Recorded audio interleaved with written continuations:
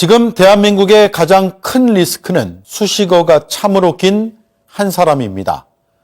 내란 혐의 피의자 겸 직권남용 혐의 피의자 겸 탄핵 심판 피소추인 겸 권한 정지된 대통령 윤석열.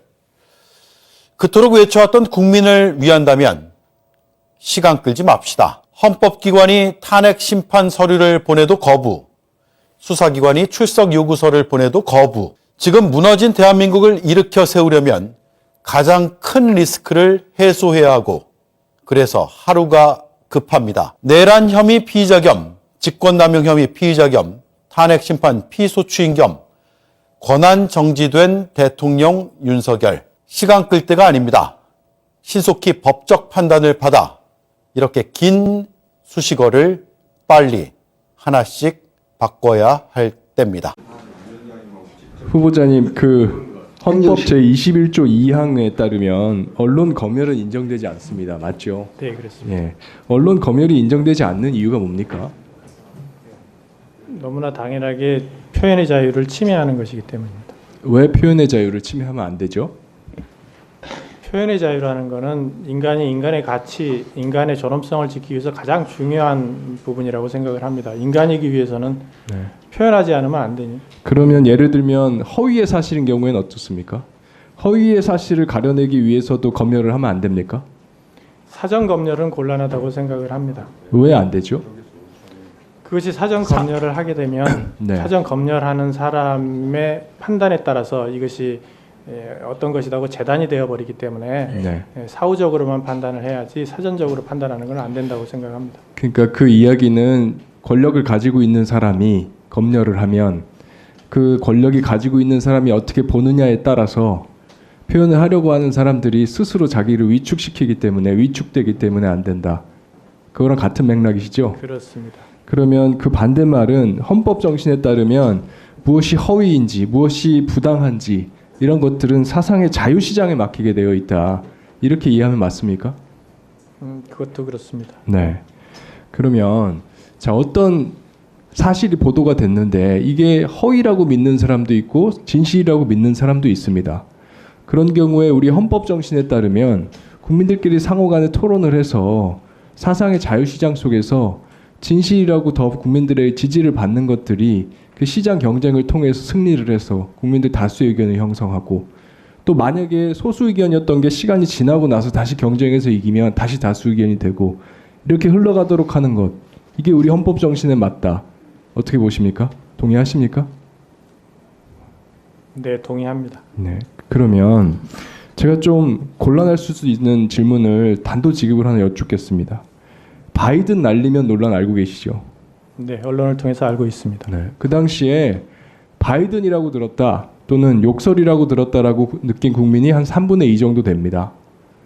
그리고 아니다, 날리면이라고 들었다라고 느낀 국민들이 소수가 있습니다. 자, 이런 경우에 사상의 자유시장에 맡겨서 국민들이 스스로 판단을 하도록 맡기는 것이, 놔두는 것이 그게 헌법 정신에 부합하겠지요? 그 자체로는 그렇습니다. 그러면 반대로 그런 경우에 우리 정부가 그때 바이든이라고 보도한 거는 가짜 뉴스다라고 규정을 하면서요, 불이익을 줬습니다. 그 당시에 2022년 11월 9일 날 보도가 나고 한 2달이 채 안 된 시점에 MBC 기자를 전용기 탑승 불허를 하는 불이익을 줬습니다. 이게 헌법 정신에 맞습니까? 그렇죠. 그 부분은 지금 현재 그 사건이 계류 중이라서 제가 구체적으로 말씀드리기는 조금 곤란합니다. 추상적으로 말씀 주십시오. 구체적인 상관없고요. 지금 말씀하신 헌법 정신, 후보자께서 가지고 계신 헌법관에 비추어 봤을 때 이것이 부합합니까? 바람직합니까? 그래서 제가 말씀드린 헌법 정신에 맞는다 이런 부분들은 원론적으로 그렇다는 말씀이고요. 지금 현재 말씀하신 사상의 자유시장이라는 부분이 많이 변화하고 있는 상황인 것은 맞습니다. 그러면 제가 다른 질문 드리겠습니다. 최근에 방통위에서요, 가짜뉴스 심의센터라는 걸 만들었습니다. 그리고 심의 대상에 언론 보도가 포함되어서 특히 방송 보도가 포함이 되어서 논란이 되고 있습니다. 혹시 알고 계십니까? 네, 알고 있습니다. 이것도 헌법 정신에 부합한다고 보십니까? 그 기관이 어떤 식으로 운영이 될지 앞으로 그것은 살펴봐야 되겠지만 그렇지만 사상의 자유시장에 맡기는 건 아닌 거죠. 국가가 관여해서 무엇이 사실이다 아니다 판단하고 그걸로 인해서 위축 효과가 발생할 것은 자명하죠. 그래서 그 당시에 법률가 교수 연구자들로 구성된 전문가 380인이요. 직후에 성명을 냈습니다. 언론의 자유를 침해한다. 그리고 전문가들뿐만이 아니라 내부에서도요. 방통위 내부에서도 이런 의견이 나왔습니다. 방심위 팀장 직원 11명이 언론 자유 침해 우려가 있어서 사회적 합의가 추가로 필요하다. 그리고 가짜뉴스 심의센터에서 일하는 간부를 제외한 방심위 직원 4명 전원이 월권적 업무 미비한 정당성에 부담을 느낀다면서 원부서에 복귀를 요청한다. 이러면서 고충 신고를 접수한 적이 있습니다. 이럴 정도로 외부의 전문가, 법률가, 내부의 전문가들 모두가 다 이거에 대해서 우려를 표명하고 있거든요. 후보자님, 이들의 우려에 대해서 공감하지 않으십니까? 그것이 언론을 통제하려고 하는 의도라고 생각을 하는 분들은 그렇게 생각할 수는 있다고 생각을 합니다. 그런데 제가 보기에는 그 요즘의 언론 상황 그리고 인터넷이나 이런 것이 확단 속도가 매우 빠르고 또 유튜브 같은 걸 통해서 개인의 의견을 계속 집중적으로 특정인에게 공급하는 그러한 사람들이 많아지기 때문에 이것이 한번 퍼져버리면은 그게 위원님께서 말씀하시는 그런 사상의 자유시장 속에서 원만하게 잘 이루어지기가 사실 상당히 어렵습니다. 그리고 피해를 일단 받게 그렇더라도 그 국가 권력이 이거 개입하는 것으로 인한 위축 효과는 여전히 피할 수가 없을 겁니다. 그러니까 그 위축 효과를 제거할 수 있는 새로운 사회적 합의가 필요하다. 이게 지금 문제 제기의 핵심으로 보입니다. 제가 마지막으로 하나 여쭤볼게요. 헌법 21조에는 언론 출판의 자유뿐만 아니라 집회 결사의 자유 조항도 있습니다. 같이 나열되어 있습니다. 같은 취지이기 때문에 우리나라 집회 결사의 자유가 그동안 증진되어 왔다고 생각하십니까? 아니면 최근 위축되고 있다고 생각하십니까? 그래서 과거의 여러 가지 상황들이나 사태를 지나면서 그래도 상당히 나아졌다고 생각하세요? 생각합니다. 그런데 최근 국민적 우려가 있습니다. 올해 5월 31일 날 윤희근 경찰청장이요. 캡사이신을 집회 현장에서 사용할 수 있도록 하라라고 입장을 냈습니다. 이게 국민적 우려가 있는데 후보자님 혹시 그 부분에 대해서 하실 수 있는 말씀이 있으면 마지막으로 요청하겠습니다. 아마 그게 이제 집회가 이제 과격화되거나 너무 이제 질서를 어긋나게 되는 상황이 발생했을 때 그런 캡사이신이나 이런 거를 쓰자 이렇게 의견을 낸 것으로 보여지는데요. 그것이 정말 집회의 혼란 뭐 이런 것을 위해서 필요 최소한도로 막아야 된다고 생각을 하고 그것이 집회 결사의 자유를 침해하는 방식으로 이루어져서는 절대 안 된다고 생각을 합니다. 네. 이상 후보자님 아까 본인 말씀에도 거의 평생 법관으로 주로 공법 분야의 소송에 관여를 해오셨다고 하셨는데 공명정대하게 재판을 잘 해왔다 그렇게 이제 자찬도 하셨습니다. 보수적 가치를 아주 분명하게 드러내는 법관이다라는 평가에 대해서 어떻게 생각하십니까? 저는 진보나 보수 이런 부분에 관해서 그 정의를 어떻게 할지 그리고 그 스펙트럼이 과연 어디까지인지 이런 부분에 대해서는 상당히 많은 이야기들이 있을 수 있겠다고 생각을 합니다. 진보의 경우에도 길게 하실래요? 좀 짧게 하시는 게 좋지 않을까요? 네. 그래서 제가 한 판결과 관련해서 그런 보수다 이런 평가들이 있는 것은 알고 있습니다만 그거는 제가 재판하는 과정에서 그 재판을 바라다 보는 각자의 시선에 따라서 다르게 좋습니다. 판단할 수 있다고 생각합니다. 지금 김건희 여사 도이치모터스 주가 조작 의혹과 관련해서 특검법이 이제 곧 우리 국회에서 논의되고 표결될 예정입니다. 대통령 거부권 행사가 이른 관측으로 거부권을 행사할 것이다 이렇게 생각한 그런 예측 보도들이 많이 있는데 우리 법상 법관의 회피 기피 제도가 있죠.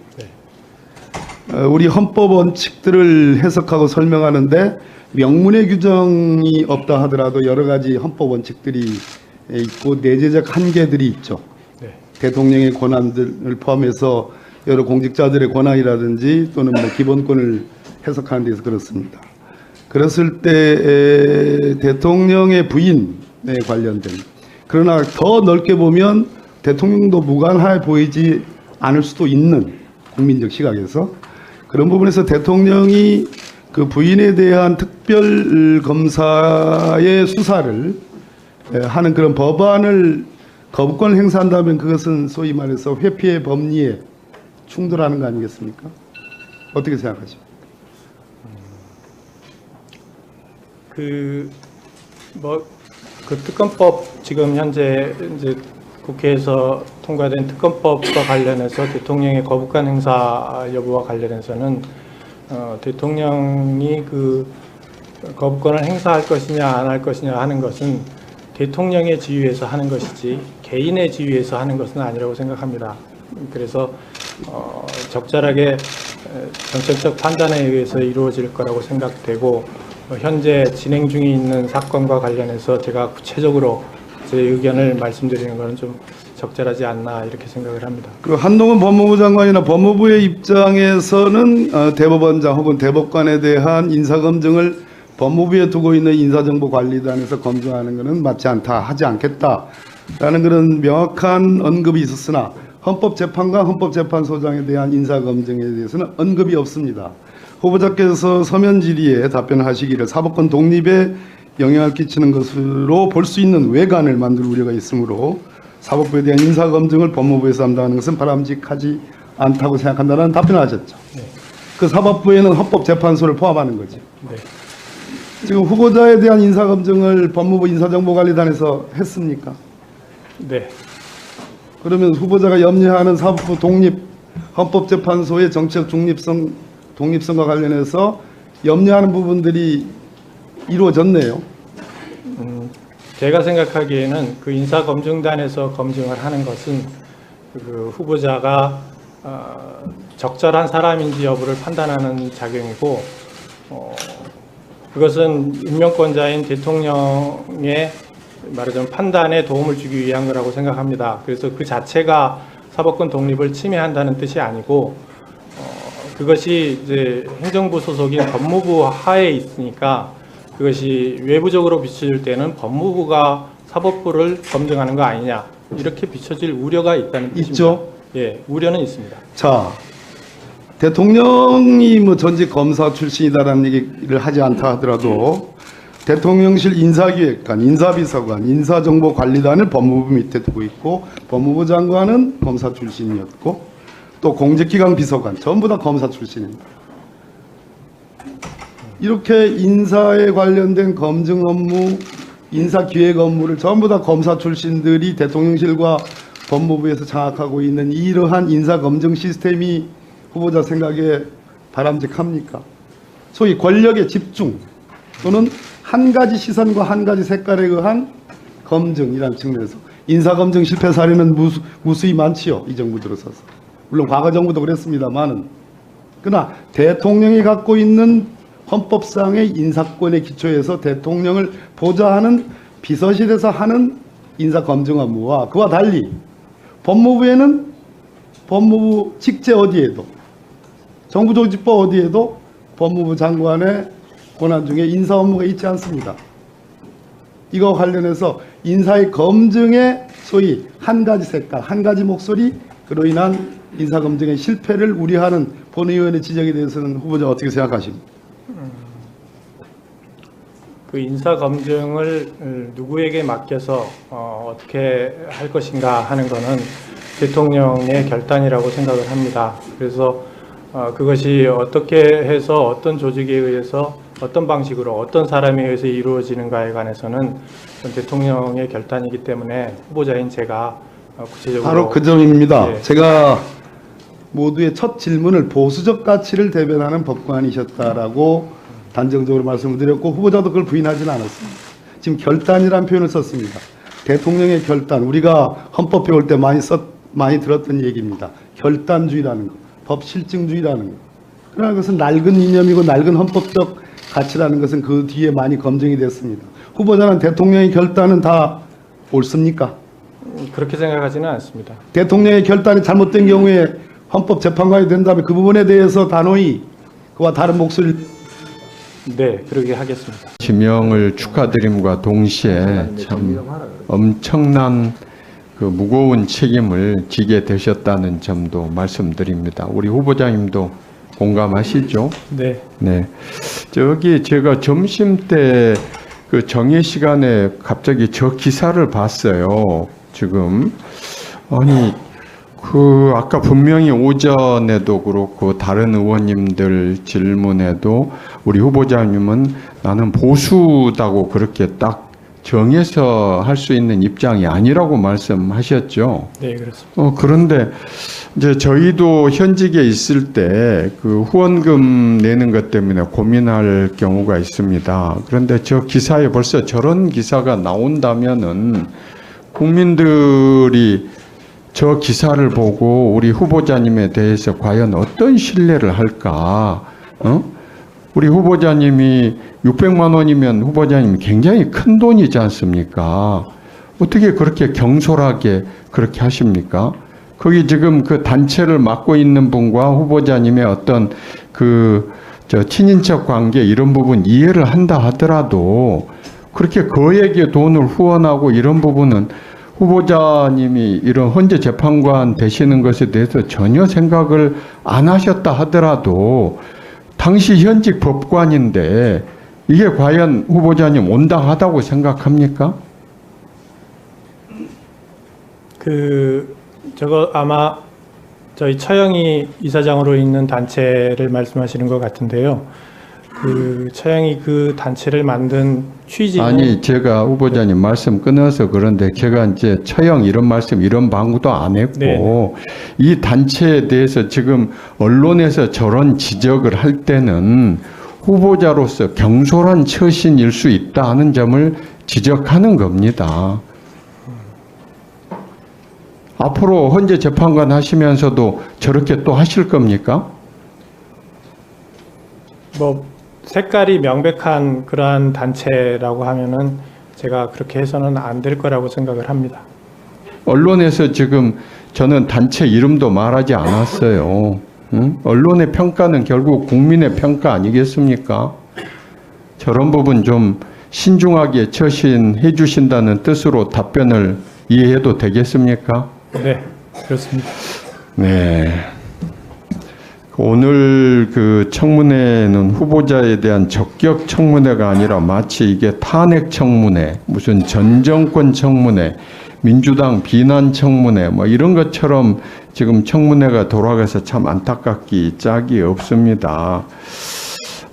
우리 후보자께서 모두 발언에서 이런 말씀을 하셨어요. 우리 사회를 진단하셨는데 성별, 세대별 갈등이 심하다. 경제적 불평등이 심각하다. 제대로 짚어주셨어요. 근데 헌재 재판관이라면은 당연히 짚었어야 될 점이 하나 빠져 있어요. 앞서 제가 질의한 것과 관련이 있어요. 우리 사회가 지금 이념적으로 얼마만큼 심각한 갈등 상태인지 후보자님 실감합니까? 네, 실감합니다. 그렇죠. 네, 헌재 재판관은 대법관과는 달리 헌법적인 가치에 대한 판단을 하는 자리예요. 그런데 지금 우리 후보자님이 우리 사회의 현상을 진단하면서 이 성별, 세대별 갈등, 경제적 불평등 하는데 제일 중요한 이념적인 양극화, 이념적인 갈등 이런 부분을 심각하게 생각하지 않는다는 문제점을 지적하는 거예요. 그러니까 이런 이 단체에다가 그에게 돈을 기부해가지고 언론에 저런 기사가 나는 거 아닙니까? 후보자님, 이거 심각하게 좀 오늘 청문회 자리를 통해서 좀 자성하셔야 돼요. 이념적인 갈등 분명히 우리 후보자님도 심각하다고 인정하셨죠?